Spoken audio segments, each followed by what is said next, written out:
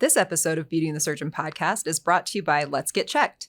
Let's Get Checked is an online company dedicated to making professional health testing easy and accessible. Let's Get Checked offers fast, affordable, completely confidential at-home health tests from a range of tests from STDs, male and female hormones, and even COVID-19. Listeners of our podcast who are new to Let's Get Checked get 20% off by using our URL, trylgc.com/beauty, and be sure to use the code BEAUTY20 at checkout. That's trylgc.com, trylgc.com/beauty, BEAUTY, and be sure to use the code BEAUTY20, BEAUTY20 at checkout. Do it. Getting tested is important. It's the responsible thing to do, and you know how important I think it is to make sure you understand your labs.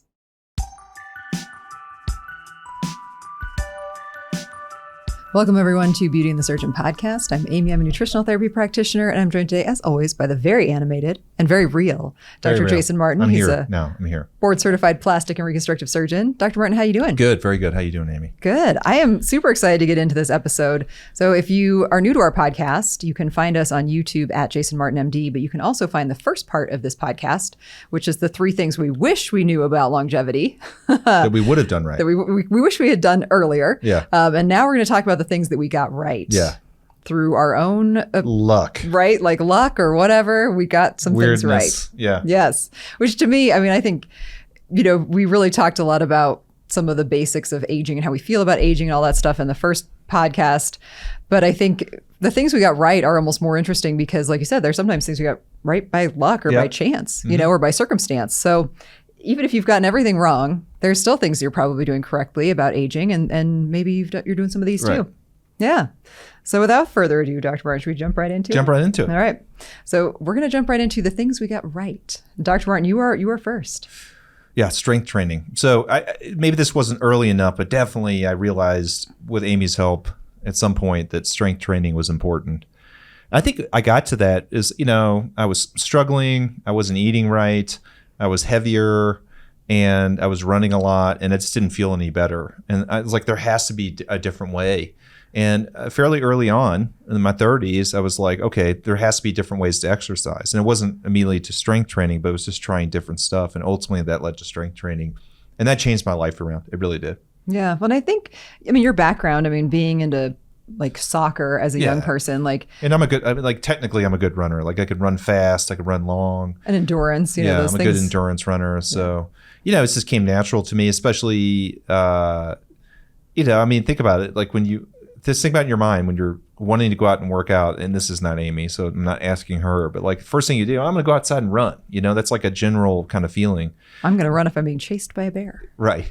And so like that's what came natural. But over time you realize that, well, is that the best use of your time that's limited for both cardio and for building of muscle? And it's not. I think there's much better ways to get cardio in, and that involve some sort of strength training with it too. But strength training in general, what you think about with weightlifting is really what changed everything for me. Yeah, well, cardiac endurance specifically is very much increased by weightlifting versus runners actually put a lot of stress sometimes on their body because of not only the physical component of pounding, especially runners that run on pavement. That's a lot of pressure on your joints. That's terrible. It's really not great from an aging standpoint. Now, is it good for your endurance? Yes, and other things, and maybe for your mental health. But purely from a longevity standpoint, if you're going to put time toward exercise, you can absolutely increase your cardiac endurance and cardiac health through strength training. You don't think that's true? Do 3 sets of heavy squats and tell me your heart's not beating faster and you're not breathing heavier. If you aren't, you're not working hard enough. And go back to episode 1. If running is a big part of what you want to do, like HIIT training and that kind of stuff, I think is good, even though it's traumatic to your joints. But it's quick. It's quick. Yep.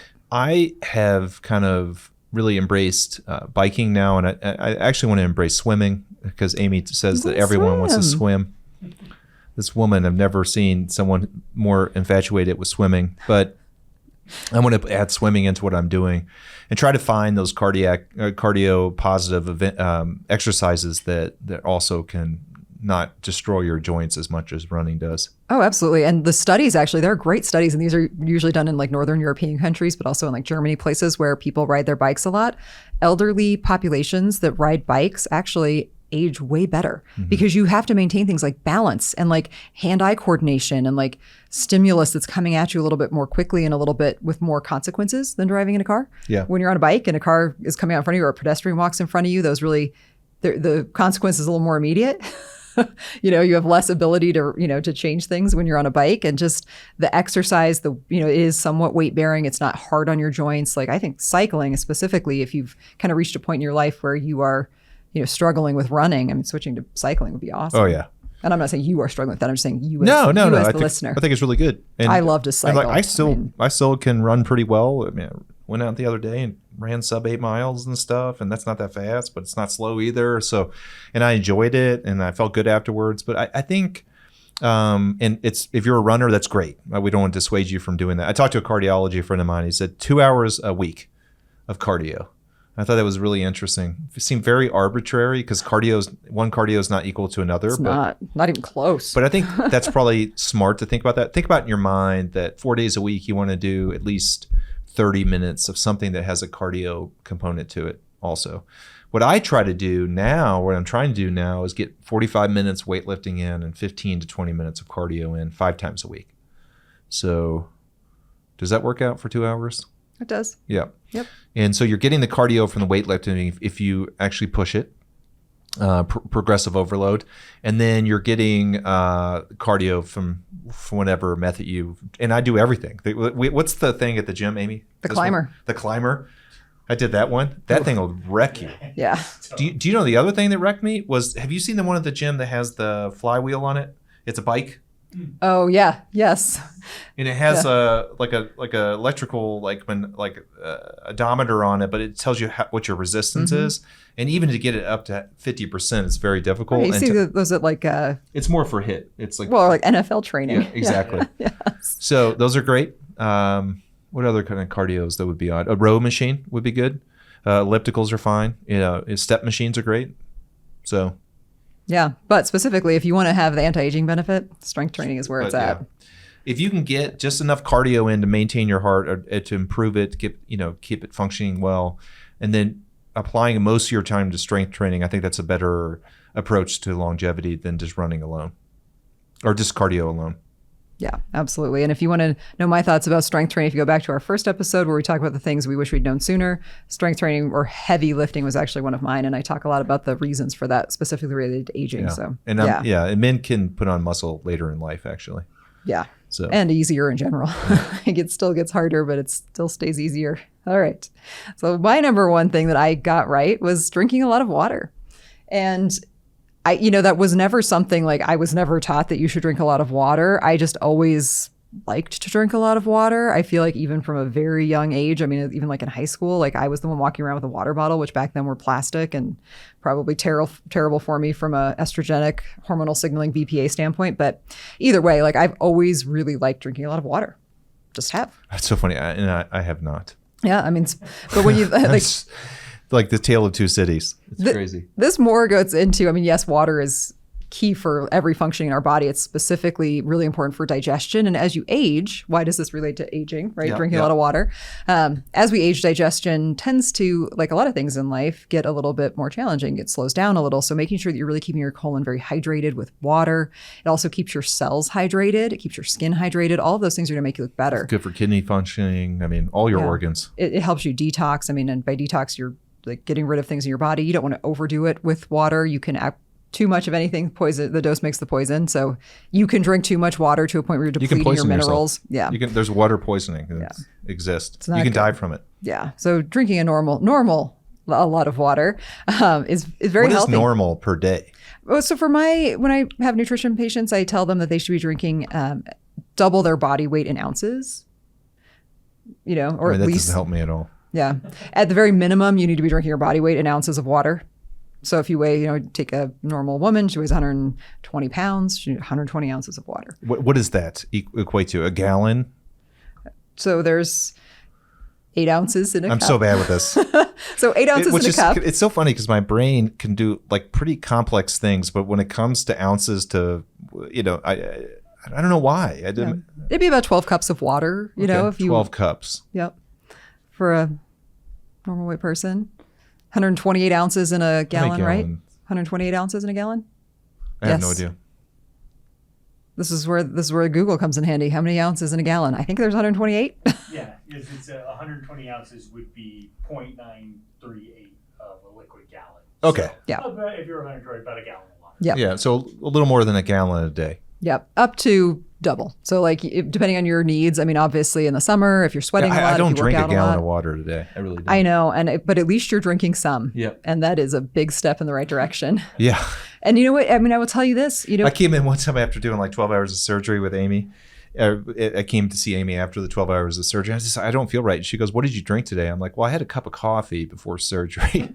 I just did 12 hours of physical work. Yes. And no hydration. Yeah. In a cold room where you're dehydrated. There's oxygen being forced at you. So I mean, your lifestyle is going to dictate what your needs for hydration are above that. So starting at your body weight and then going up to double. I mean, that's where I think you get into that crazy. Start with a gallon. Yep. Start with a gallon for most people is going to be an appropriate amount, plus or minus a little, but that's a good thing to aim for. And it isn't just water. There's other things like tea that's is not dehydrating. People think that coffee doesn't help with their overall hydration. It does. Now, if you're drinking excessive amounts of coffee, the caffeine will start to have a diuretic effect slightly.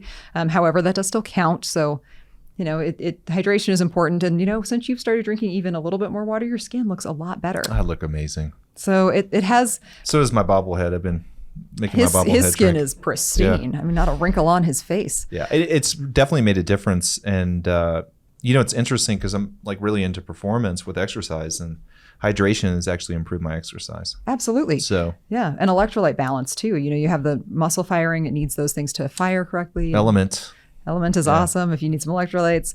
So just in general, keeping things going in your body. Your body needs water. You need water. So it may not seem like that's a healthy aging or a longevity trick, or tip, but it absolutely is. Like hydration is critical. Yep. Yeah. All right, Dr. Martin, let's do your number 2.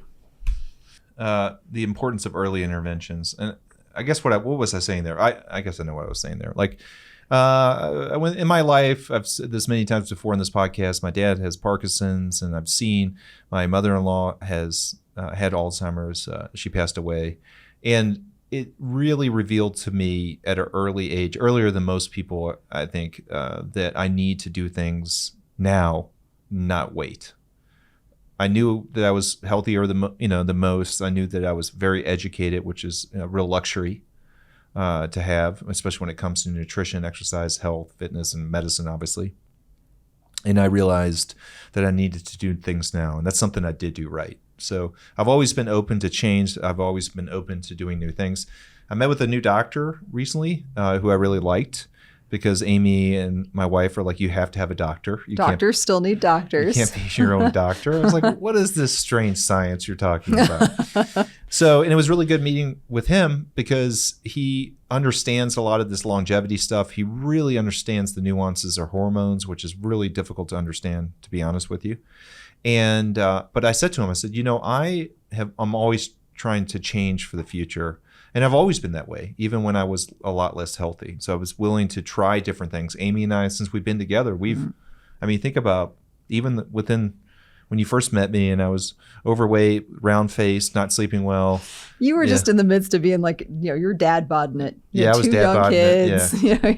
It seemed to work out okay. Yeah. It didn't seem to bother many people, but even back then, Amy and I would try different things. So she and I have both been this way. We've been open to early interventions. Well, and I brought this up to you, green tea. Like Dr. Martin, from the day I met you, you were talking about green tea and how beneficial it is for aging and for cancer prevention. This is green tea, by the way.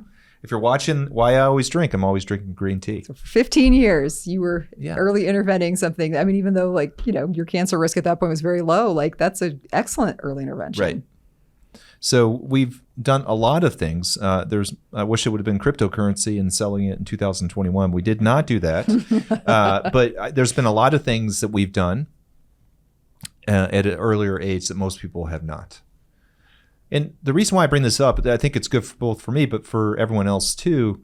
It's human nature to push things into the future, to project it forward, not to internalize it now. And why do we not internalize things now? Because life is very stressful.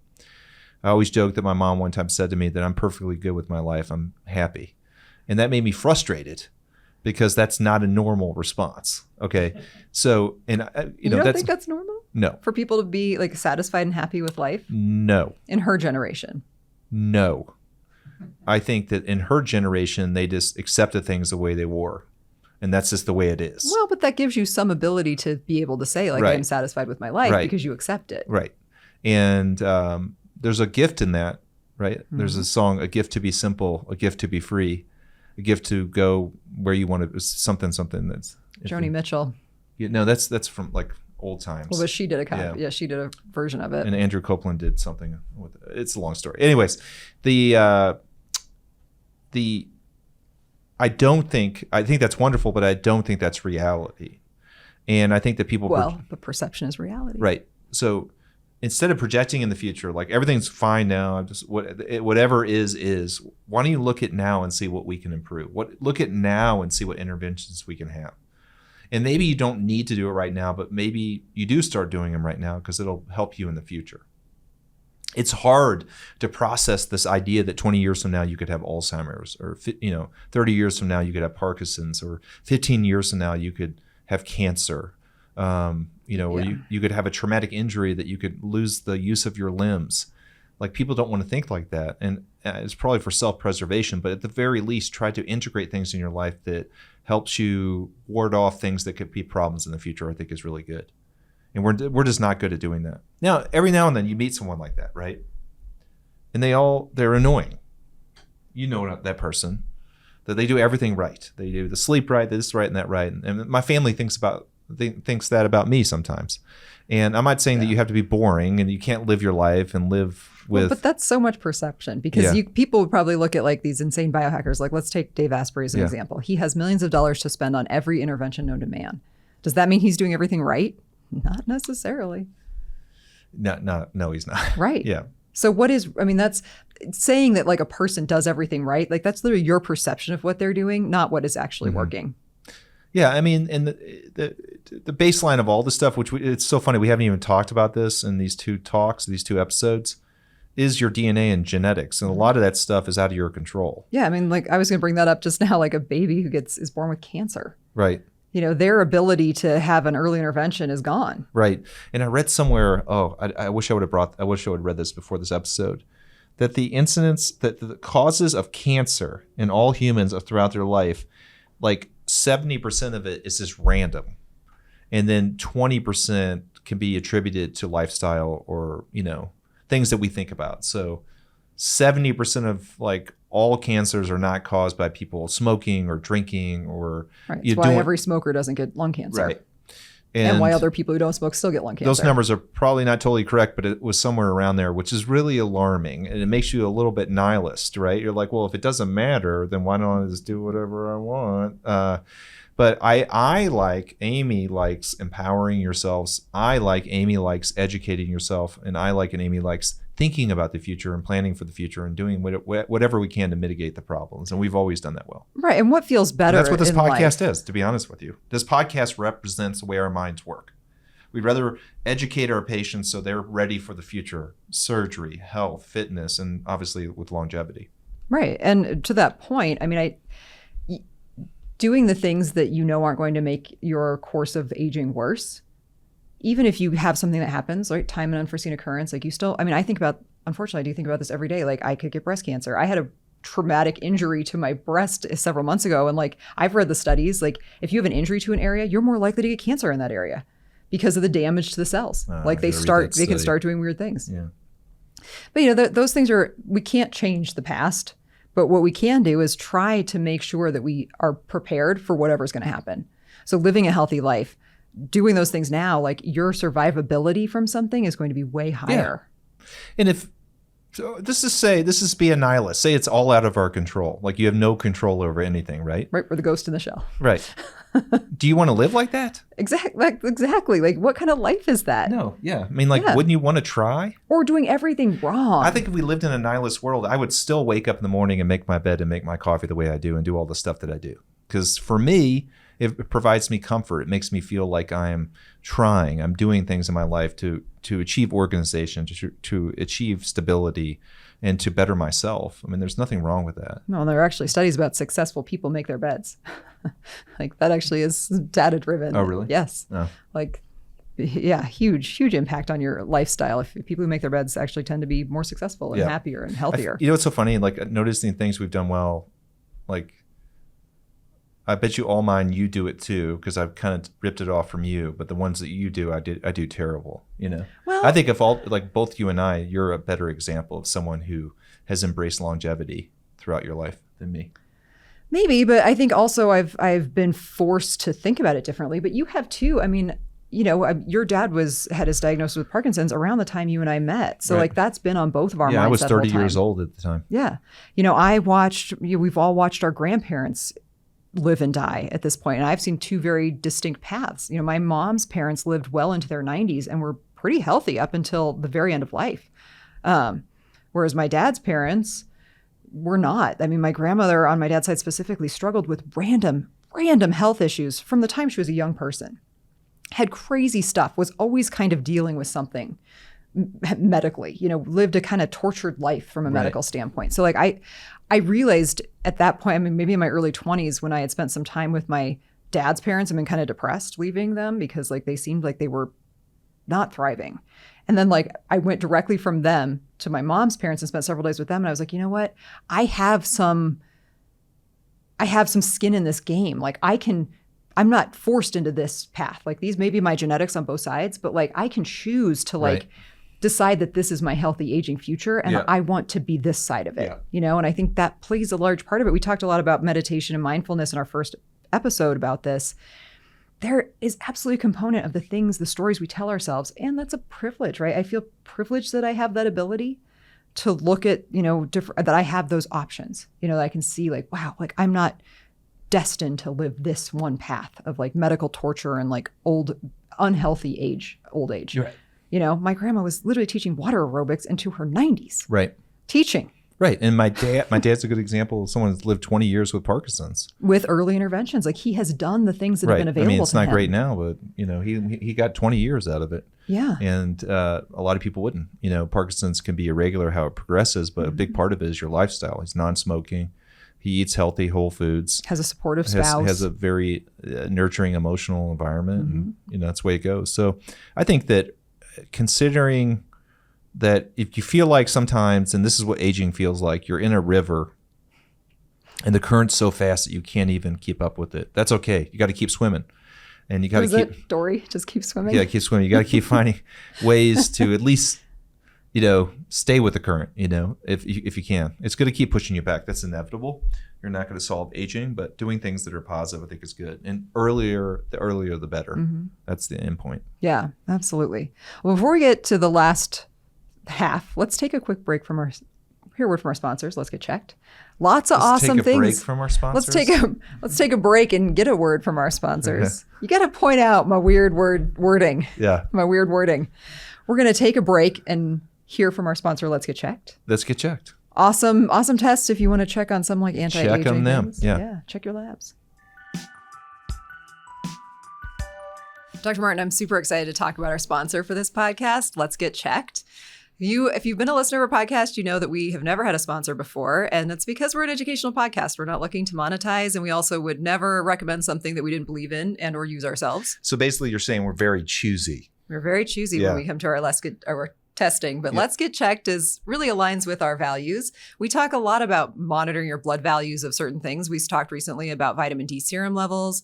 We talk a lot about hormone levels, and it's hard for some people to get to a lab, or you're afraid of the blood draw, or just, you know, you're concerned about confidentiality. Like you have a lot of concerns and you just don't do it. Let's Get Checked makes it super easy because it's completely confidential. You do it from your home. So there's really no excuse not to do it.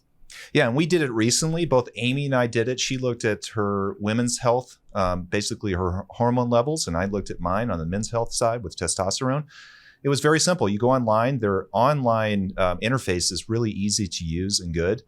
We got the testing kit very quickly. And the test itself, actually doing the stick, you do a stick on the end of your finger, is not hard to do. It only took about 3 to 4 minutes. You put it back in a sealed envelope that's confidential, goes back to them. You get your results in 2 to 5 days. It's really that simple. And the best part is it's about empowerment, about you taking control and trying to do things that are positive for your health and life. And this is one way to do it literally from the comfort of your own home.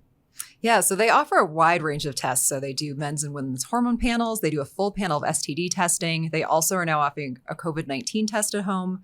So there are a lot of other just basic blood levels that you can get tested as well. And one of the things that we always say is you can't track what you don't check. So you might not know what's normal for you in the future if you're not checking it now, especially as it relates to hormones. And men's health specifically, I feel like is a little bit undertreated. I mean, sperm counts are dropping by a large percentage in men these days. Most men struggle at some point in their lifetime with low testosterone. And those men do not know what the symptoms of low testosterone are. Depression, anxiety, sleep problems, osteopenia or loss of bone, loss of muscle, and something we treat all the time, gynecomastia or male breast growth. These are real problems that can be improved or treated with testosterone. And these men do not know their levels. It's so easy to get checked. And this is why we're so excited about the sponsor. Yeah. And Let's Get Checked is a completely CLIA certified lab, the CLIA lab. So they're a well-established, completely safe lab to use. You do get contacted after, so you get your results. I got a text at 4:30 in the morning, which I loved, that my results were ready. And we're both up at 4:30, yep, so that was good. Super excited. And you have access to not only a nurse, but also a physician. So a physician does review your results, and it gives you a little breakdown of like where you're sitting on those levels. Dr. Martin's had even comparisons of like where two of the levels should be in relation to each other, which is a really important thing to note. Right. Just being within the normal range is not always enough. So it really gave more information than that. You'd still want to, of course, reach out to your own doctor if you needed some additional assistance with these labs or you did see something that was concerning. We didn't, thankfully, so that was good. Yeah. We were both good. This podcast is about empowerment. It's educational. In my private practice, I'm a board certified plastic surgeon. We are all about empowerment, and this is one way to do it. So we're very excited about the sponsorship, and we're looking forward to using it for our patients moving forward. Yeah. So as a listener of our podcast, if you're also a new time user to Let's Get Checked, which a lot of you probably are, we do have a 20% discount code. So you do need to go to our specific URL, and it is linked in the description box below, but it's going to be TryLGC. So TRYLGC, like Let's Get Checked.com/beauty, BEAUTY. And you'll need to use the code BEAUTY20 at checkout. Beauty again is BEAUTY 220. And you can pick a test, like any test you'd like, put in our code and get your test shipped to you. Getting tested is the right thing to do. It's lets you know where you're at and what's responsible. All right. Well, let's get tested. Let's get tested. Let's get checked. Let's get checked. Yeah. We're back. One of the things that we both get right is we do monitor our labs. Mm-hmm. Yeah, I mean, just yesterday I was able to send you labs as far back as 2016. Which I know, it's crazy. Kind of glad I had. Yeah, because you can't change what you don't check. What's so funny because a lot of them are digital. Yeah, and I'm so fastidious. I don't know how you are, Nils, about the folders you make. Oh yeah, you do love making folders. I am very organized. Okay. Yes. So I love folders. Like I have folders on my iPhone, and I have them all organized for my apps. Inbox, how many? He has probably 7,000 unread messages in his inbox. No, but I'll say historically they were unread, but like to the past 5 years, I've been really good. So that's the truth. But when it comes to my labs, I've never really put them in a folder, which I find very odd.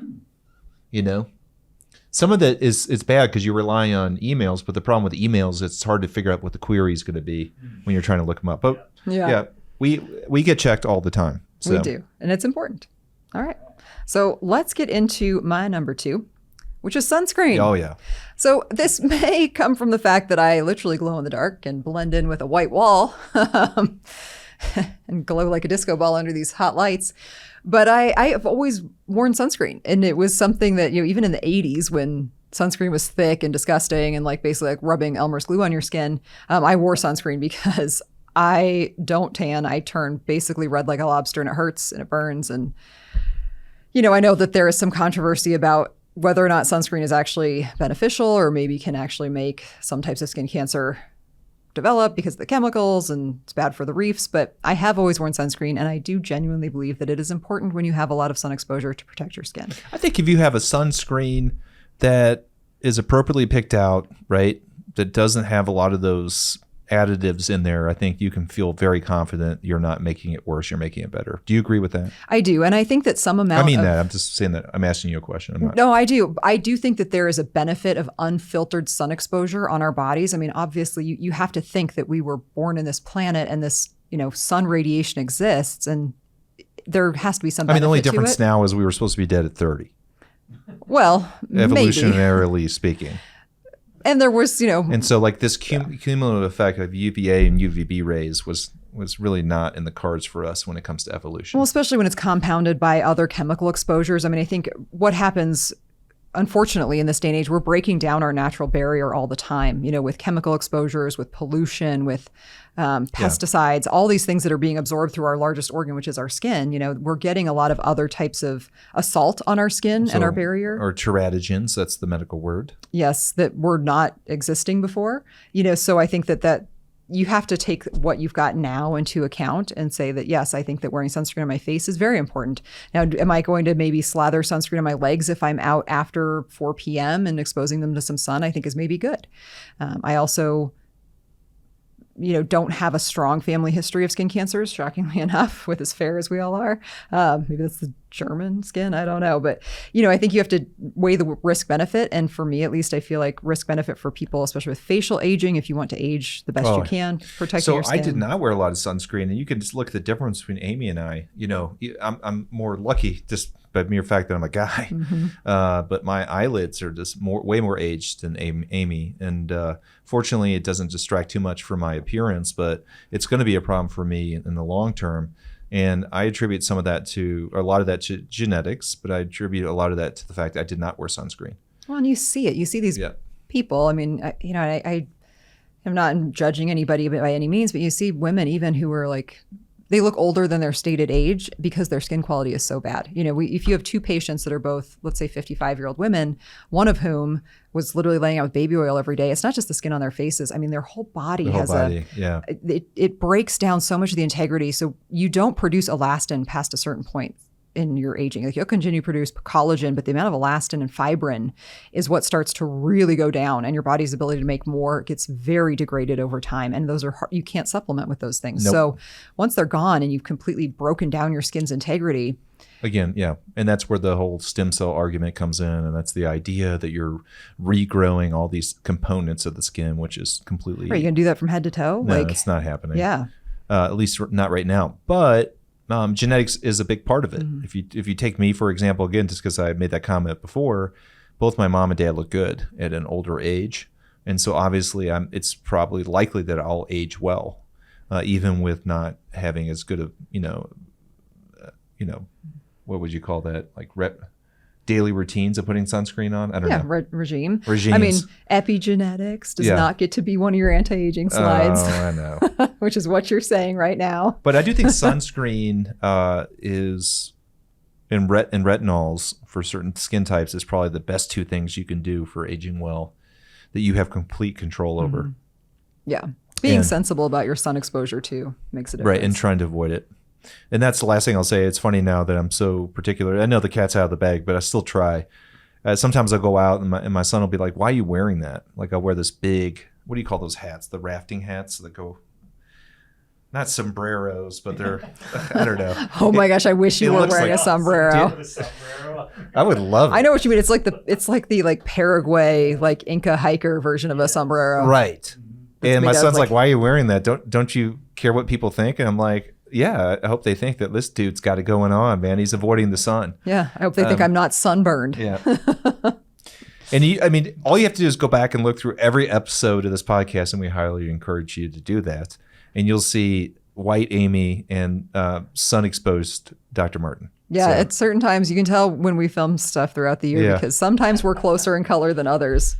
Sometimes there was one I remember you're like, I look so red. I'm like, it's because you do look red right now. Yeah, it was red. Yeah, like you were red. Yeah. Like it was not the video. It was like that you had a sunburn. And so like maybe I'm in the middle in terms of sun exposure, but every now and then I'll see healthy people, men, I try in my age group that I want to relate to.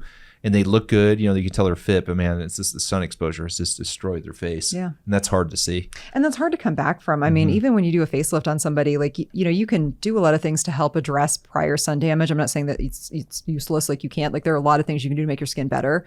But when you've gotten past the point of like normal sun exposure to like burlap bag exposure, you're never going to turn that back. No.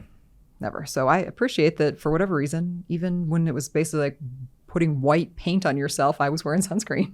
When I was maybe like 10 or 11, I went to a water park with some friends of mine, and I knew I needed to wear sunscreen. Like, I had been putting sunscreen on all day, but I ended up getting like really bad sunburn on like one part of my body that had been missed, like so bad that like it was like scary. And the mom, I remember her just like being like kind of terrified to bring me home, because when I get sunburned, like it's not like it shows up the next day. You look like you have some viral illness on your skin. Yeah, I mean, like it was like she was like it's like yelling at you, me home. like, this hurts. Yeah, like we actually stopped on the way home to get ice cream because she was so worried that I was like overheating and like die.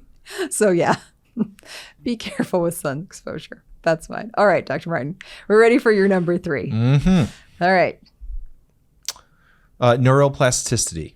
So this is something I definitely did right. So Amy, why don't we've said this 1,000 times before, why don't we talk through neuroplasticity?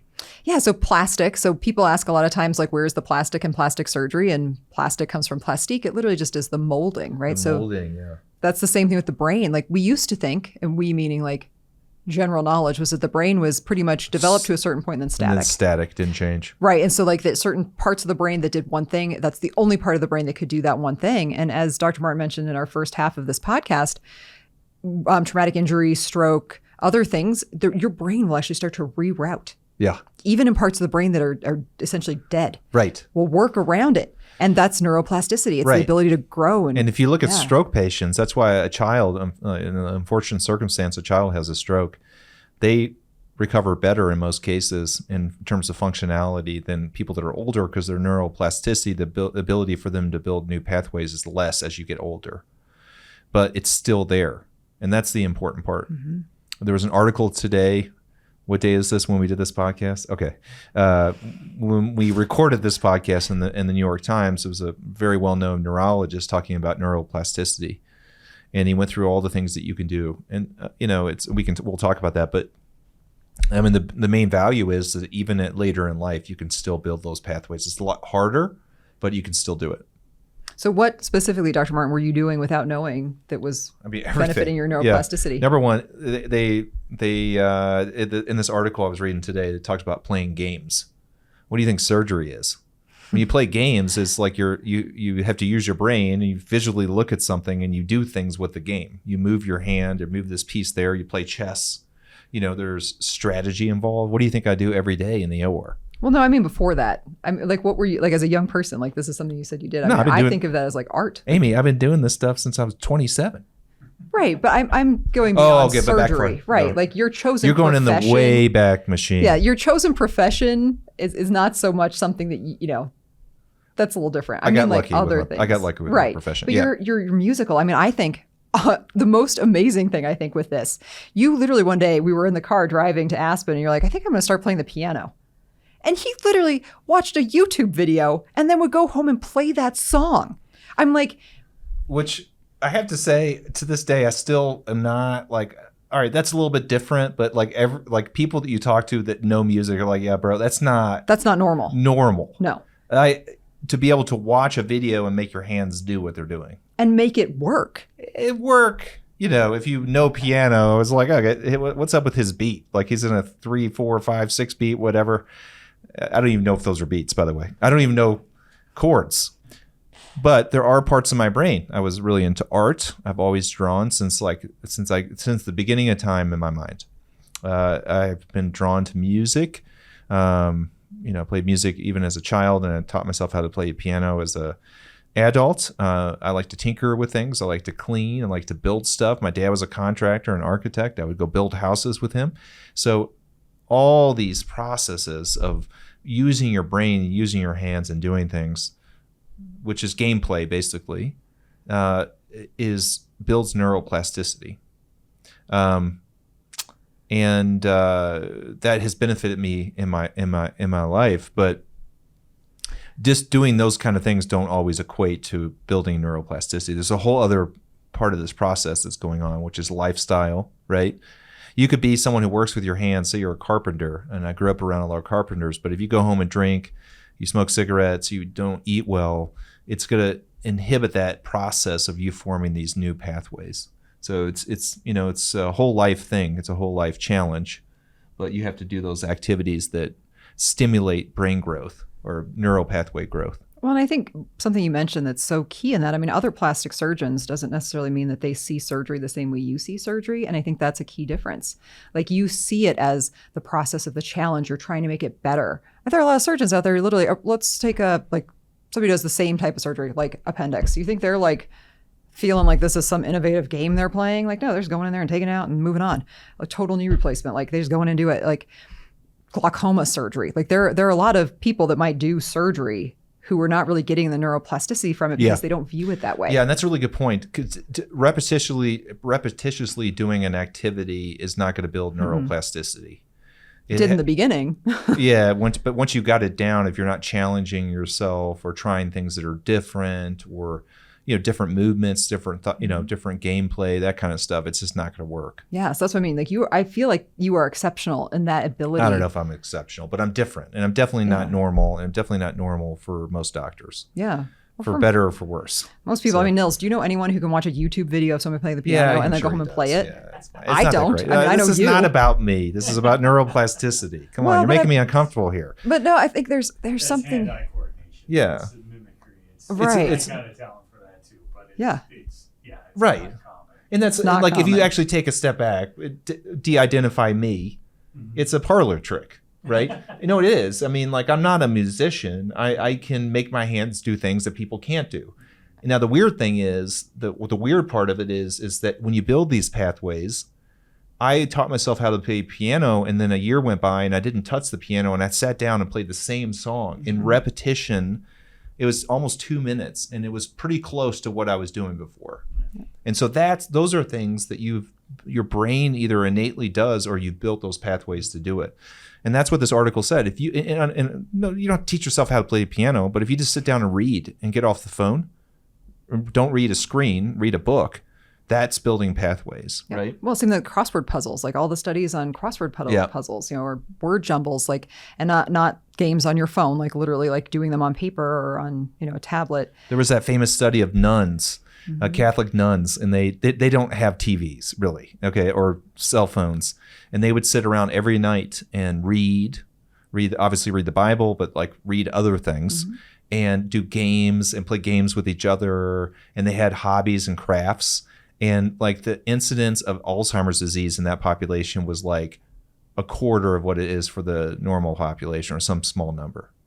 And it was all related to these activities. Yeah, well, your brain is a muscle. I mean, we've talked a lot over the course of the last two, this episode and the last one, about muscle building, and your brain is similar in that sense. Just like muscles, I always say, like, it's easier to keep what you have than to get more. With your brain, I mean, like the piano. Or I think with me, like, what does Steve Carell say in The 40-Year-Old Virgin? If you don't use it, do you lose it? Yes, you do, and that is true. And that's true. Yeah, Steve was right. It's true with muscles. It's true with your brain. The more you can kind of keep your brain stimulated and thinking new things and like doing new things. That's why, like, for elderly populations, like giving them a pet can actually rapidly increase their quality of life, because it's kind of forcing them to change up their habits, to get them out of their rut, to get up maybe several times a day to walk this dog or to feed this animal. Like, those things that get you out of your rut, you're always going to get a benefit from that. Like, for me, I mean, I think even like stupid things, like occasionally, like I walk at night, I walk about 3.5 miles, and I almost always go the same direction. And I will tell you what, the other night I went the opposite direction for a random reason. And I was like, it was like, that's so disorienting. I'm like, it's like a whole new world. I'm literally walking the exact same sidewalk, just in the opposite direction, and how much that changes your perspective. So I run around the park near my house, and I usually run the same direction. Most people do, but this one day it was just by chance. Everyone was running the opposite direction, and I was like, did I miss the memo? Right? Like, are we supposed to go counterclockwise today? Is there some?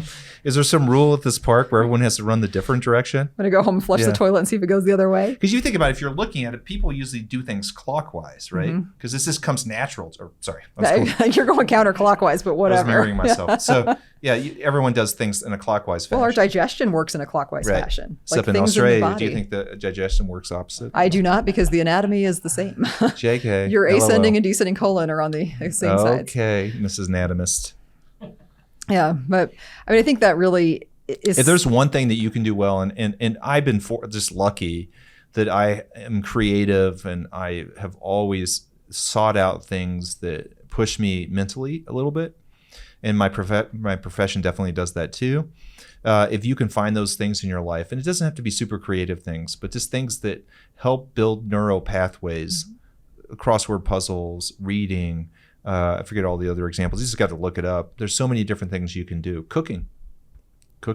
Any hobby, really. Yeah.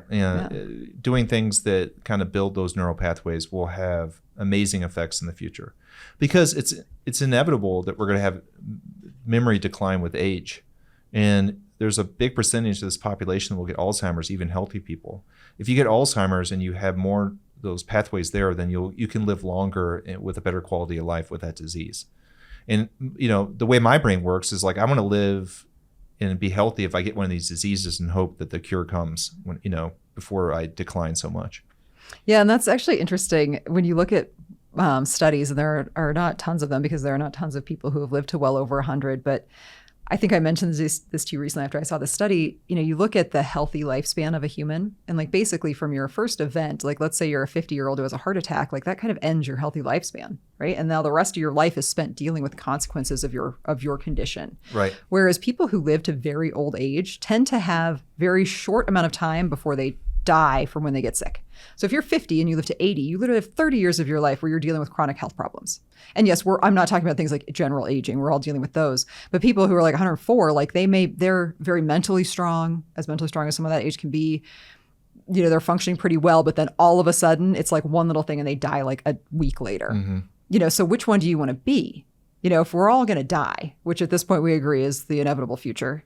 Here I am being the angel of death again. Like, we're literally all going to die. We're all suffering from the same disease that's killing us. We're all terminally ill with aging. Would you rather be the person who spends 30 years of their life struggling? No. Right. I'd rather... I want to be cool 100 and then get a disease and die in a week. Exactly. Dude, I'll be going out both thumbs up, Yeah. But that really, and that's what all of this, early interventions, all these things, that's what we're all really saying here, is that no one understands the incredibly complex reason why we get old and die. We know that it increases, right? It gets drastically more fast as past the age of 40. The first 40 years of your life, your aging is pretty steady. After that, it becomes a much more rapid progression of all of these things. And what I love that, like Eastern or Western medicine, like old age, they just get everything. Oh, it's old age, it's old age.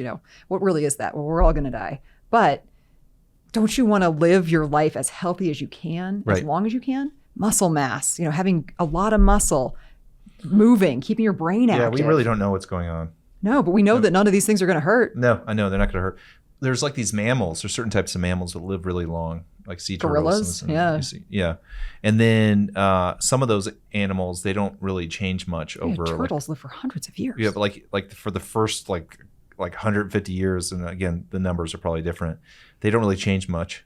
Right. Whereas like we as humans, we go like 30 years, we're doing really good, and all of a sudden the wheels fall off. So like, why is that? Right. Or look at trees that live hundreds of years. I'm sure there's evolutionary biologists that would listen to this and just start laughing. But they don't know. If they're so smart, then tell me how to stop it. I'm sure there's some fast-moving organisms versus slow-moving organisms, and the way their metabolism works, and the way the evolution works for those kind of animals. But overall, this idea of terminality to life, don't you want to make that? So if that's definitive and your book ended, and it's never going to be more than X amount, don't you want to make it the best you can? Mm-hmm. I mean, what a blessing would it be to live to 100, fairly free of disease. You're going to have some things go on, and then die within 5 days. Right. Way better than spending the last 30 years of your life on tons of medications, just slowly feeling like you're fading away. Right. Or having your mind taken from you. Right. And, one thing we didn't talk about longevity is trauma. Trauma kills more people than almost anything. So But those are the things no amount of intervention is going to stop That's that not true. at some point. That's not true. Most traumatic injuries are avoidable.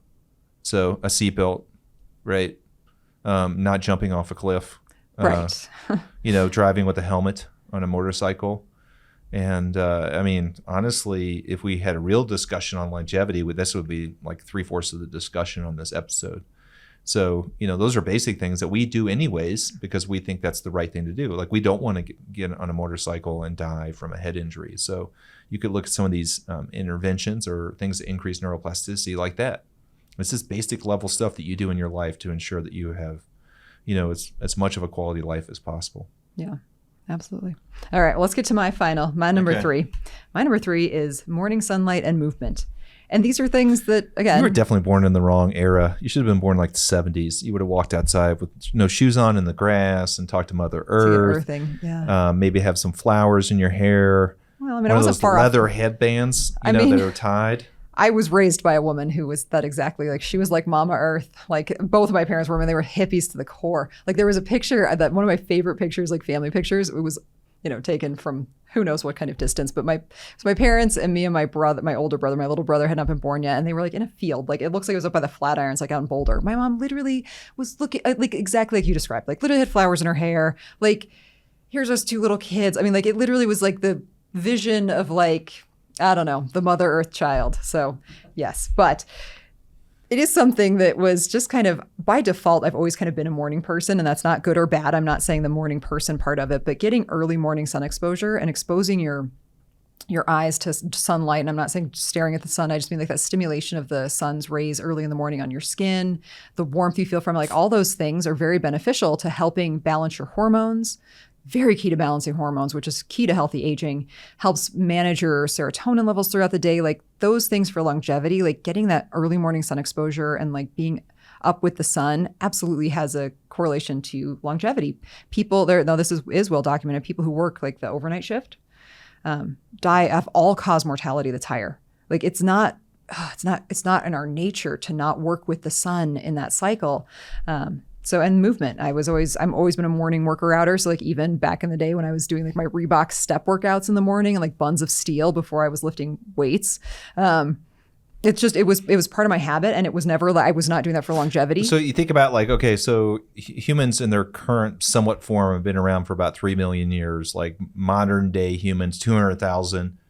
And then 3,000 years ago, we started to have basically civilizations, right? Okay, think about that. Lights came about 100 years ago, 150 years ago. Mm-hmm. So I mean, fire came about well before that. So in the evolutionary pressures, if you believe in any of this stuff, which is real, okay, like we're over millions of years based on sunlight. And moonlight. They weren't based on phones. Yeah. Like you don't evolve that fast. Phones have been around for, 15 years, 20 years in their current form. Light has been around, like light at night in totality, not just like a candle light or a campfire, but like light, bright lit up places, 120 years, 130 years, maybe at the most. So it's, our bodies aren't evolved to be in these things where we're not following the sun, physically and mentally. And I think that really does mess us up. Well, even things like being able to look at things far away from you at night, that as we get more and more into this very close world, our worlds have become a lot closer than they used to be. You're in a city now, like a large city, it's hard to even look up in the night sky and see stars. And those are things that we used to have to focus on. We'd use them for guiding. People would use those to figure out where they were. I mean, there was just a lot more that we had to rely on nature to help guide our life than we have to now, because everything's artificial. We're surrounded by artificial lights all the time. We have a phone that is blasting light in our faces all the time. There's You're street watching lights this that dumb never go out. podcast on YouTube. It's all artificial. You're listening to it on your and your EMF-free AirPods. No, your Bluetooth. Yeah, exactly. They're just blasting your brain with EMFs with your Bluetooth Right. headset. So I think that, that has been a habit that I have kept. So even, like I said, from a very young age, as a very, very small child, some of my earliest memories were of getting up, and I'd be the only one up in the morning. My dad would get up early, and like, I would just get up. He's like, no one ever woke you up. Like, you would just get up at like 5 a.m. Right. I think technology is obviously a net positive for society and people and everywhere, for education, for war, famine, everything. But people are not smarter. Right. So I think that And we're not living longer. we're not Luddites. We're not against technology. We're not against all that stuff, but trying to make sure that you have these things that are based on nature and what early humans have done are like super important and actually help you in your health and your life. Amy has said to me many times, sometimes in the afternoon that I'll feel a little bit like kind of brain fog and a little bit not out of it, but lightheaded almost. And she's like, go out and walk. Get outside air. Yeah, get outside air. And it's like, it's so funny. Like, as a physician, we're like, what dumb thing is Amy saying? That's not Western medicine. God damn it, it actually works, Yes. And as some of that is your legs are moving. I'm exposing myself to sunlight, getting away from that blue light. Changing your field of depth. Changing your field of depth, breathing heavier. Just my breaths are changing and changing my position. Well, and getting stimulus too from other things. Like there's different noises. Right. Like, you have to be a little more aware. So maybe in the old days, we didn't have to worry about getting morning sunlight because you woke up because you had to get something to, you had to go out and capture food to eat it. Well, the sun was blasting in your eyes. These days, maybe don't stay up till 2 a.m, right? Go to bed earlier, wake up in the morning, walk, get outside, let that sun hit your face. Amy and I are both early risers. We start texting each other about 5:15. Yep. Which is probably an inappropriate work relationship. Is 4:30 too early to text someone that's I know. not you? But I mean, when's the last time you text me early and I didn't text back right away? I mean, never. Yeah. By the way, if you do wake up early, it's the best time to get stuff done. Because everyone else is asleep. It is the best. I get all my stuff done and I work out and I'm done by 8. And then those annoying people that live with me, my kids, are up by then asking me to do things for them. So Yeah. can we just get rid of those people? Well, they're kind of getting rid of themselves because they're growing up. They are also afflicted with aging. Yeah. So they are, Maybe their generation will they're curing figure it out. They're curing their adolescence every day with adulthood. Sad. Yeah. All right, Dr. Martin. So those are the things we got right. I think those were some pretty good things to get right, and not all mostly by chance. Totally chance. The things that we wish we'd known that we've now included in the things that we got right anyway. I'm hoping my chronic dehydration, my chronic stress, and my chronic sleep deprivation will get outweighed by my amazing neuroplastic activities. And your mindfulness. You put mindfulness on there. So I'm going to expect to see some mindfulness come in. Yeah, the M words I struggle with. Yeah. Anything that was the M. Mindfulness, meditation, mental something. I struggle with that. You know what's funny about meditation and mindfulness is I feel like it had let's call it a industrial revolution gap.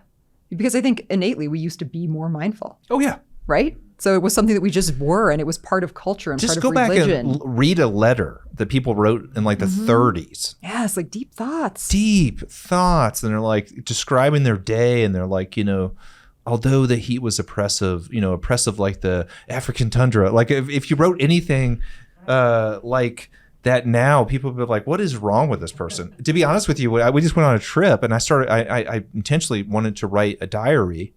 And I started to write it very chronologically. And I'm like, no, I'm going to write more like a journal. Like creative writing. Yeah. Like journaling. And I wrote it and it was great. And I read it to my kids and they're like, that is really weird. Why are you writing like that? Like, what is your problem? Right. Because they're used to 120 characters or less. Right. No emoji. Right. Yeah. Tell me about funny. your day in 3 emojis. I don't Right. want the words. I mean, we joke about that all the time that people don't read anymore. Right. It's true.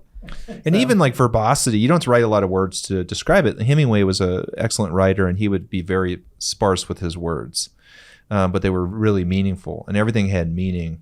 It's not like that anymore, even on the way we do things. But I do think ultimately these 2 episodes were about our lives, empowerment, and doing things that are positive for our futures and being people that treat aging as the byproducts of aging, which is the physical changes.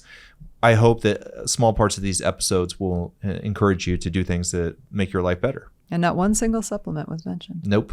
We make you buy anything. I mean, basically most of these things you can do for free. Yeah, walk outsad, no shoes on, look at the sun, and get some put some earthing. flowers in your hair. That's right. And eat a whole food, nutrient dense, properly prepared diet. You could eat, what was the root you made me eat? Turmeric? Turmeric. Turmeric? Mm-hmm. You could just eat that whole. I didn't make you eat that. You ate that And voluntarily. some fish oil. Oh, I did make you guys do the cod liver oil. that I did make you do. So thank you everyone so much for sticking with us through this. I really hope it does help. I mean, ultimately our goal, like Dr. Burns said, really is to, help everybody feel like they're aging as best they possibly can and to feel good about whatever path they decide to take through aging. If you would like to leave us a voicemail, which I highly recommend, you can do that at the number below, which is 303-630-9038. We love all of your comments, your ratings, reviews. It really does help us out. Share us with a friend. Let us know what you'd like to hear more of on this podcast. Yeah, we love it. Dr. Mark, you got a outro? Yeah, my outro is, I really believe that the next episode will have a new backdrop. Oh, okay. If you need to know more about that, go back a few. And yeah. What do you think the odds are, Nils? Oh, man. Are they better than 50%? I would say better than 50%. I'm going a strong 80. You know what would be even better? We should just do this on purpose. Make it half done. Like the Death Star, and like Return of the Jedi. No it's not halfsies. It's not fully built. No. Come hang 'em while we're podcasting. Yeah. We just have a construction tape in the background next time. All right, everyone. Thank you so much for listening. We will see you here in a maybe new studio next time. See you later. Don't forget to check out our sponsor, Let's Get Checked. Let's Get Checked offers fast, affordable, and completely confidential health testing for everything from STDs, male and female hormones, and even COVID-19, right from the comfort of your own home. And remember, new customers and listeners of our podcast get 20% off by using our URL, trylgc.com/beauty, and be sure to use the code BEAUTY20 at checkout. That's trylgc.com/beauty and use the code BEAUTY20, beauty, BEATUY 20 at checkout. Get checked. It's the right thing to do.